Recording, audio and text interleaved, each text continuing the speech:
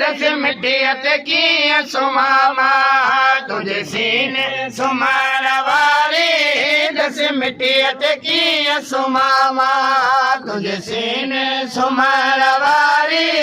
दस मिटियत कीअं सुम्हां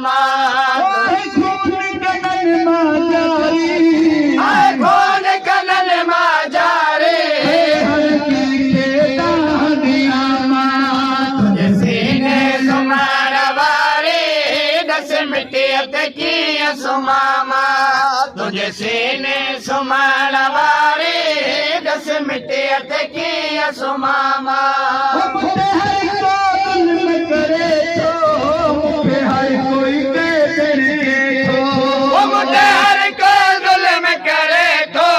मूंखे हर कोई कैदण चए थो मुंहिंजो चाचो गादी नाहे तुझे सीने सुम्हण वारी दस मिटियत कीअं सुम्हां तुझे सीने सुम्हण वारी दस मिटियत कीअं सुम्हां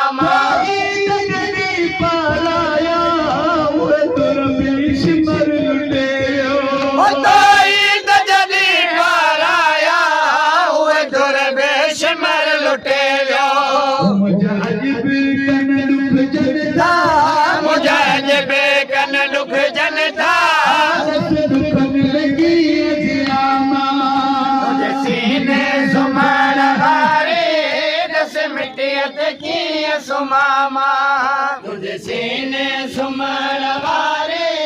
दस मिटियत कीअं सुम्हां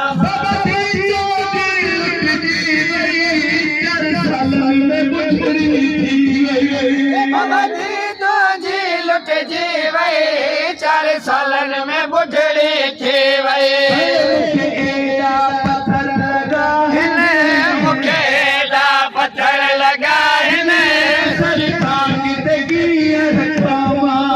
तुझे सीने सुम्हण वारी दस मिटियत कीअं सुम्हां तुझे सीने सुम्हण वारी दस मिटियत कीअं सुम्हां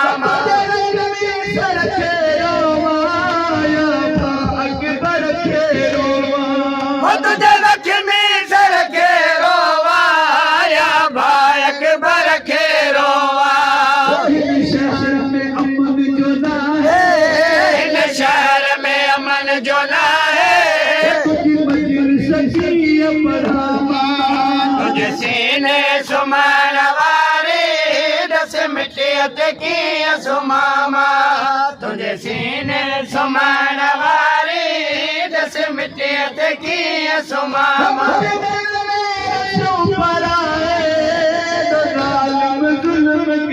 मुंहिंजे गल में रसियो पराए जो ज़ालिम ज़ुल्म कमाए पंहिंजी धीअ खे पाण ॿुधा तूं तुझे सीने सुम्हण वारी दस मिटियत कीअं सुम्हां